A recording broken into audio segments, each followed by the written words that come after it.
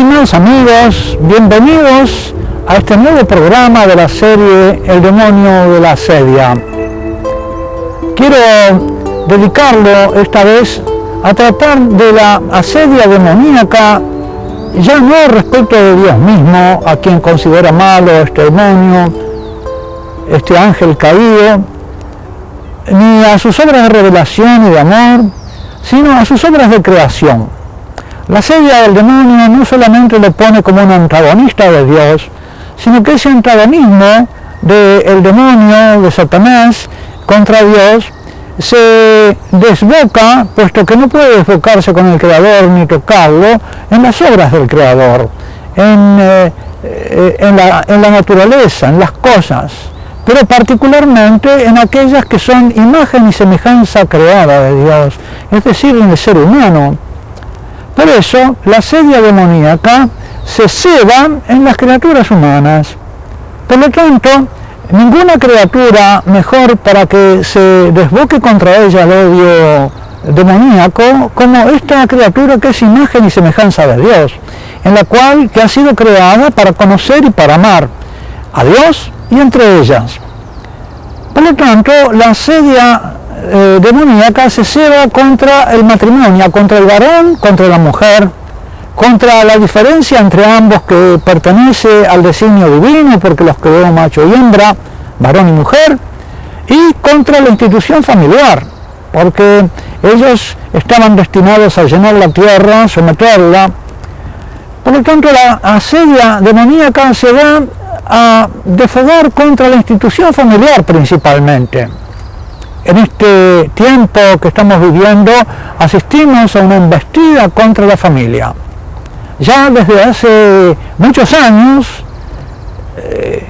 Chesterton, aquel famoso autor católico inglés, decía que el divorcio apuntaba a la destrucción de la familia, porque el Estado de aquellos tiempos deseaba tener delante de sí individuos solos, sin una ayuda familiar, y que la familia era una institución que protegía a los individuos, que destruyendo la familia los individuos quedarían solos ante el Estado y éste podía disponer de ellos sin cortapisas, sin ningún límite. Esa intuición de Chesterton se ha ido confirmando a lo largo del tiempo que ha pasado. Poco antes de finalizar el segundo milenio cristiano, en la década del 90, Juan Pablo II, volviendo de una clínica, decía que volvía al Vaticano para oponerse con todas sus fuerzas a un plan que estaba en curso para la destrucción de la familia. Se refería a la conferencia de Pekín y a la conferencia del Cairo, donde se gestaron los planes que actualmente se están ejecutando a través de los gobiernos del mundo y que hieren las bases y las raíces de la familia. El Papa previó, como tantos otros católicos profetas en este asunto, como Chesterton, como C.S. Lewis y como Juan Pablo II, vieron venir esta embestida contra la familia de los poderes de este mundo, del príncipe de este mundo, que son fruto de la asedia del príncipe de este mundo, que se desboca contra la obra de Dios, ya que no puede tocarlo al mismo, toca su imagen y semejanza en el varón y en la mujer, en su descendencia, en la humanidad, llamada por Dios a imagen y semejanza suya. Esta asedia contra la familia es una asedia contra el amor, porque la familia es el lugar del amor, es el lugar del amor de los esposos, es el amor de los padres a los hijos, el lugar del amor de los hijos a los padres y de toda esa rica red de relaciones familiares, de tíos, de cuñadas, de sobrinos, de abuelos, de generaciones hacia atrás y en la esperanza también hacia adelante, de ese amor a la vida que se debe dar. Y todo eso concebido religiosamente, como en la mayoría de las culturas del mundo han sido hasta ahora, han tenido una consideración bastante religiosa de la familia, sobre todo las culturas más primitivas.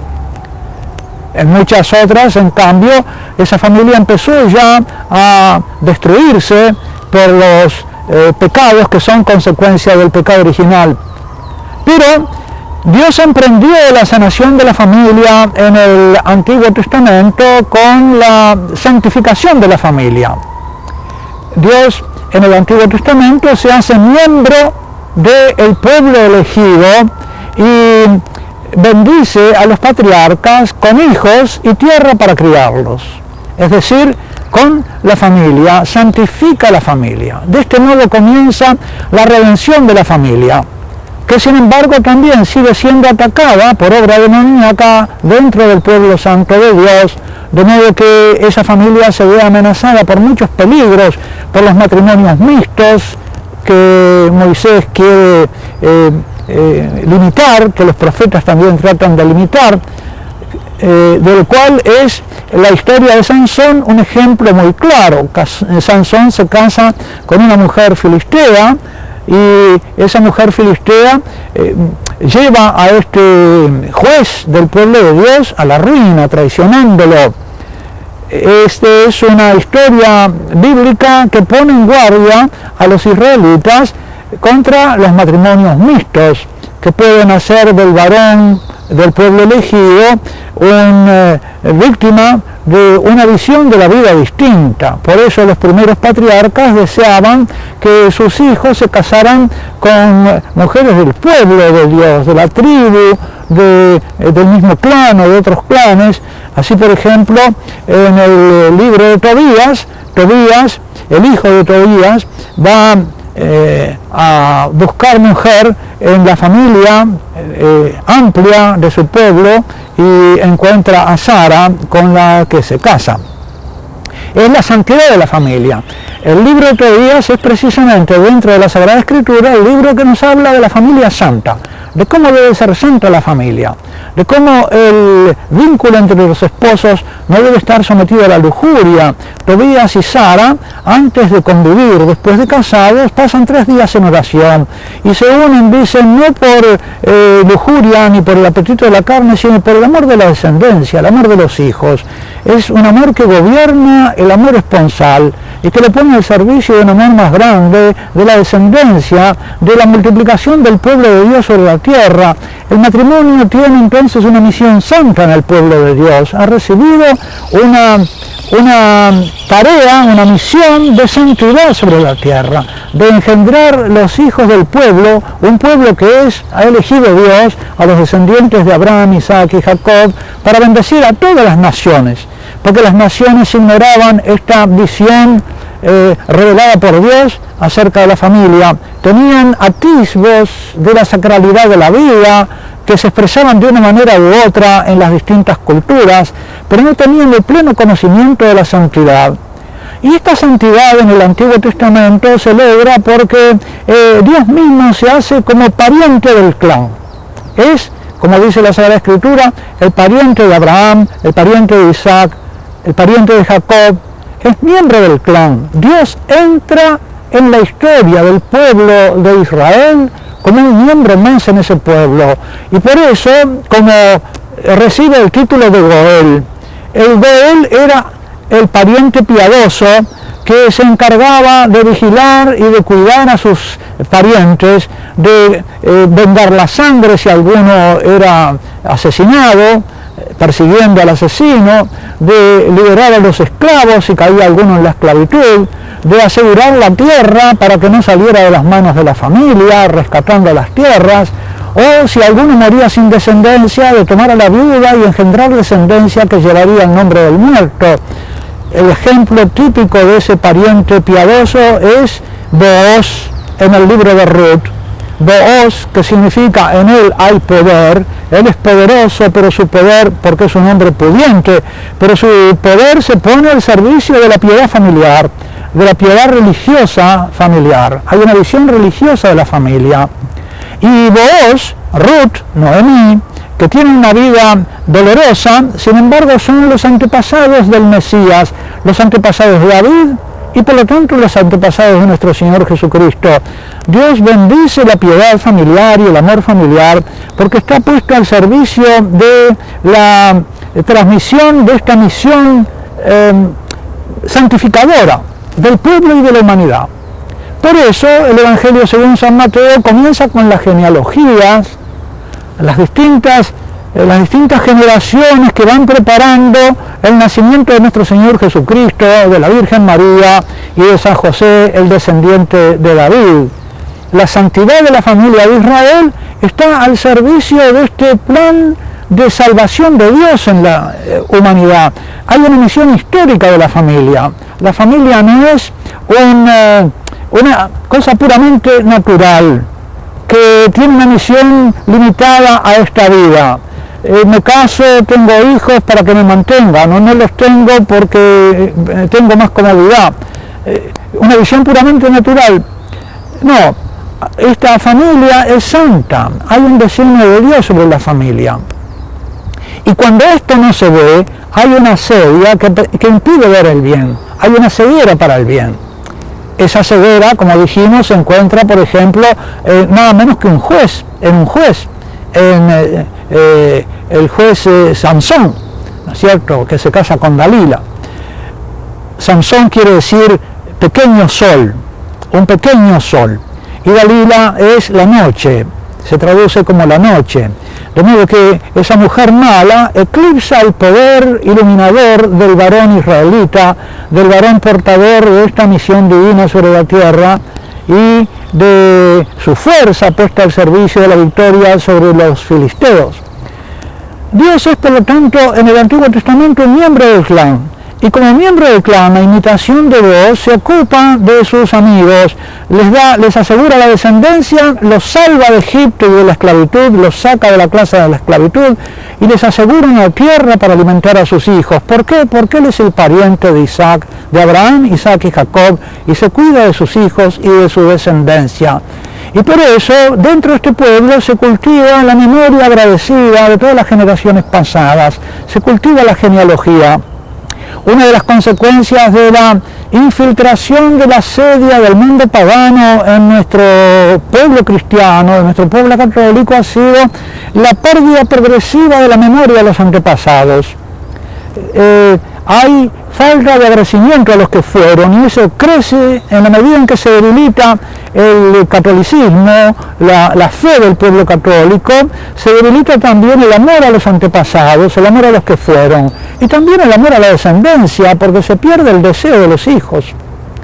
Ya no se piensa en la descendencia, sino es desde un punto de vista puramente privatista, egoísta, personal, que no es el de Dios, sino que es el de la asedia, el de la ceguera para el bien a cuyo servicio está nuestra vida. Nuestra vida no es algo que la naturaleza ha puesto en nuestras manos para que la usemos como nos parezca y de pronto para que la desperdiciemos o la reventemos como un cohete, como una bengala, la quememos porque se nos antoja. ¿Cuántos se destruyen a sí mismos con esta facilidad entre nuestros jóvenes, destruyéndose en la droga o en los vicios o simplemente en una vida disipada y despreocupada, precisamente porque les falta esta visión cristiana de la sacralidad de la vida de la que son portadores, de la sacralidad de la vida que el Señor tiene destinada para ellos? Entonces, pierden de vista por asedia, por ceguera, incluso a veces confundiendo el bien con el mal y el mal con el bien, pensando que el matrimonio va a ser una carga en vez de ser precisamente el instrumento de una misión reveladora. Pero no se queda el Señor simplemente siendo pariente del clan, un miembro del clan que se preocupa de que ese clan sea fecundo, que se vaya de generación en generación a través de la historia, santificando al mundo, santificando a los hombres y siendo causa de bendición para ellos, sino que cuando envía a nuestro Señor Jesucristo se da un paso más en la santificación de la familia, se crea el sacramento del matrimonio. Pero en su providencia divina, Dios no se contenta con ser un miembro del clan, y santificar de esta manera a la familia israelita, sino que quiere algo más. Quiere que ese matrimonio, que va a ser el matrimonio de los discípulos de Cristo, sea un sacramento. ¿Qué quiere decir un sacramento? Un sacramento es un signo eficaz de la divina gracia. Un sacramento es una acción de Cristo que se sentado a la derecha del Padre, por medio de algún ministro de la Iglesia, obra en la tierra una obra de santidad y santificación. Por eso, mediante el ministro del bautismo, engendra hijos para el Padre. Mediante el ministro de la confirmación, el obispo, hace hijos del Padre adultos en la fe. Mediante el sacerdote perdona los pecados o reparte entre el pueblo su cuerpo y su sangre. Mediante el sacerdote también fortalece al enfermo y aquel que se acerca a la muerte para el último combate, para la agonía final. Bueno, el sacramento del matrimonio es precisamente una obra de Cristo. Y en esto, queridos hermanos, me parece que ha cundido dentro del pueblo católico una cierta asedia frente al matrimonio como sacramento. En muchos ámbitos del pueblo católico se contrae el matrimonio en la Iglesia más bien por motivaciones más bien humanas, no religiosas, porque no se advierte que en el sacramento del matrimonio Cristo quiere que los esposos sean ministros el uno para el otro, no de un amor puramente natural, sino de su amor sobrenatural y transformador. Quiere que el esposo sea ministro de Cristo, del amor de Cristo para la esposa. De modo que él quiere traducir su amor a la esposa en forma de amor de esposo y hacer del ministro, haciendo del esposo un ministro del amor a la esposa. Y viceversa, quiere traducir su amor al esposo en forma de amor de esposa, de modo que santifique al esposo a través del ministerio de la esposa.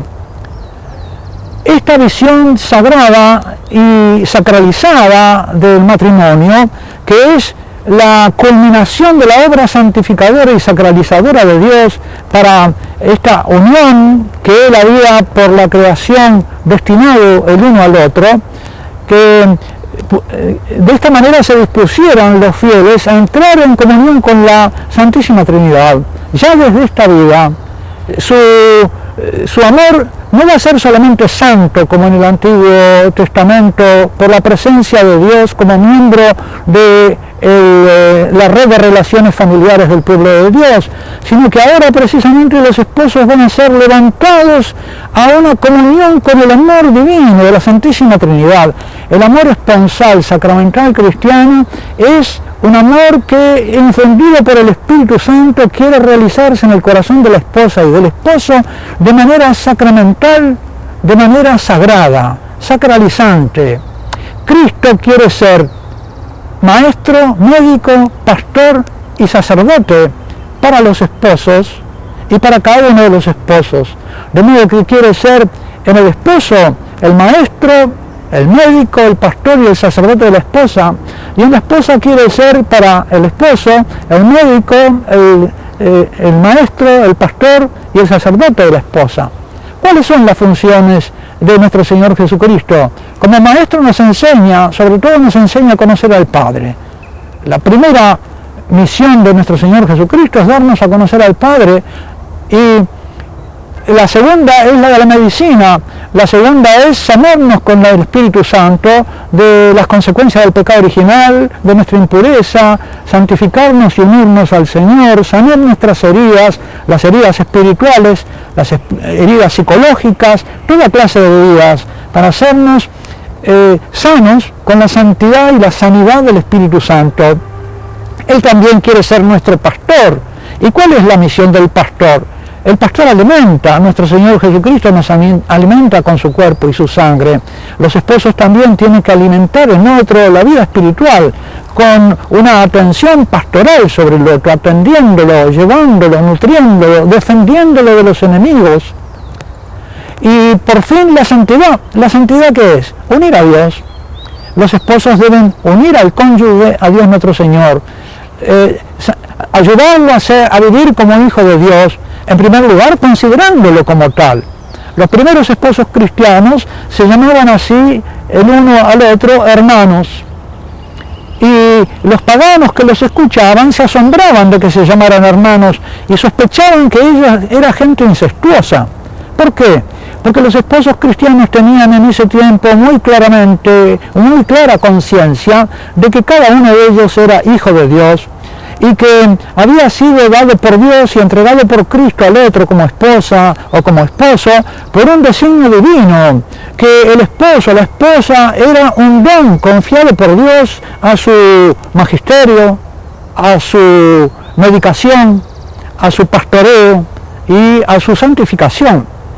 Esta visión maravillosa del matrimonio cristiano está en nuestros tiempos oscurecida por la ignorancia del bien, por la ceguera para este bien tan grande, que si los esposos cristianos lo descubren con la gracia de Dios, puede transformar totalmente su vida conyugal en un ministerio sacerdotal, en un ministerio, en una misión del Padre respecto de ese esposo y respecto de esa esposa. La función medicinal de nuestro Señor Jesucristo, ejercida recíprocamente a través de los ministros, hace que estos tengan misericordia el uno del otro, para lo cual les hace comprender que muchas de las cosas por las cuales consideran al otro como culpable no son culpas, sino que son penas y consecuencias del pecado original. Por lo tanto, en vez de llevar a la enemistad, al odio por los defectos del otro, lleva a la misericordia por las penas que el otro sufre y a una compasión de médico que considera las enfermedades y las llagas del otro como tarea propia sanar. Queridos hermanos, esta visión maravillosa tenemos que tratar de vivirla y extenderla entre nuestros fieles, comprender este tesoro que el Señor le ha legado a su iglesia, el sacramento del matrimonio. Pienso que todos los demás otros sacramentos apuntan a que los fieles, a capacitar al esposo y a la esposa para desempeñar este maravilloso ministerio recíproco, que después va a ser la fuente para que de este amor religioso haya una visión también religiosa y bienaventurizante de los hijos, de las cuñadas, de los cuñados, de la suegra y del suegro, ¿verdad? De esos vínculos que están tan sujetos a enemistades y a conflictos y que fácilmente nosotros sacrificamos a veces por menudencias, por pequeñeces. ¿Qué importan estas pequeñeces si concebimos la grandeza de la misión de la que somos portadores y a la que hemos sido llamados, esta misión santificadora de ser ministros de Cristo sobre la tierra, con una misión de ser partes de su cuerpo místico que luce para santificar? Qué visión tan linda, tan grande, tan bienaventurada para la familia, pero para toda la iglesia. De esta manera el pueblo de Dios se va a preparar como un pueblo santo, un pueblo elegido, un pueblo sacerdotal, un pueblo de Dios, para esas bodas eternas de Cristo con la iglesia. El Señor está preparando a lo largo de este tiempo a la novia, la está purificando, la está preparando para esas bodas eternas de las que nos habla el Apocalipsis, y ella debe ser ahora la que espera la venida del novio y con el Espíritu Santo dice: ven, ven Señor Jesús. Pero sin esta visión religiosa de la sacramentalidad del matrimonio y de la unión esponsal, entonces la familia tampoco se mantiene unida, ni se mantiene sana ni santa. A veces sucede entonces que si se pierde de vista que la esposa tiene una misión para el esposo, ella se dedica más a los hijos que al esposo. A veces descuida al esposo apenas llega el primer hijo. He recibido las quejas de eso, ¿verdad? A veces también, incluso a veces alguna mamá puede poner a sus hijos contra el esposo, contra el papá. Esas cosas no pasarían si se tuviera una visión religiosa verdadera. Esas cosas pasan porque hay asedia, porque no se conoce el verdadero bien, y entonces el alma se pierde y vagabundea entre bienes secundarios y egoístas, y eso produce la disolución de la familia, la destrucción de la obra de Dios. Volvamos entonces a vivir y a motivar la vivencia cristiana del matrimonio, lo cual no quiere decir que si algún hijo o alguna hija se siente llamada a la vocación sacerdotal, a la vocación religiosa, sea eso motivo de tristeza para los padres. Eso sería otro tipo de asedia del que no tenemos ahora tiempo de ocuparnos, pero entristecerse por un bien no sería cristiano. sería precisamente una tentación demoníaca. Si el Señor ha elegido un hijo tuyo para el sacerdocio, para la vida religiosa, alégrate. Es un designio de Dios, estará al servicio de la santificación y de la santidad de este cuerpo, de la iglesia que se prepara para las bodas con el esposo. Que Dios te bendiga, hasta la próxima programación.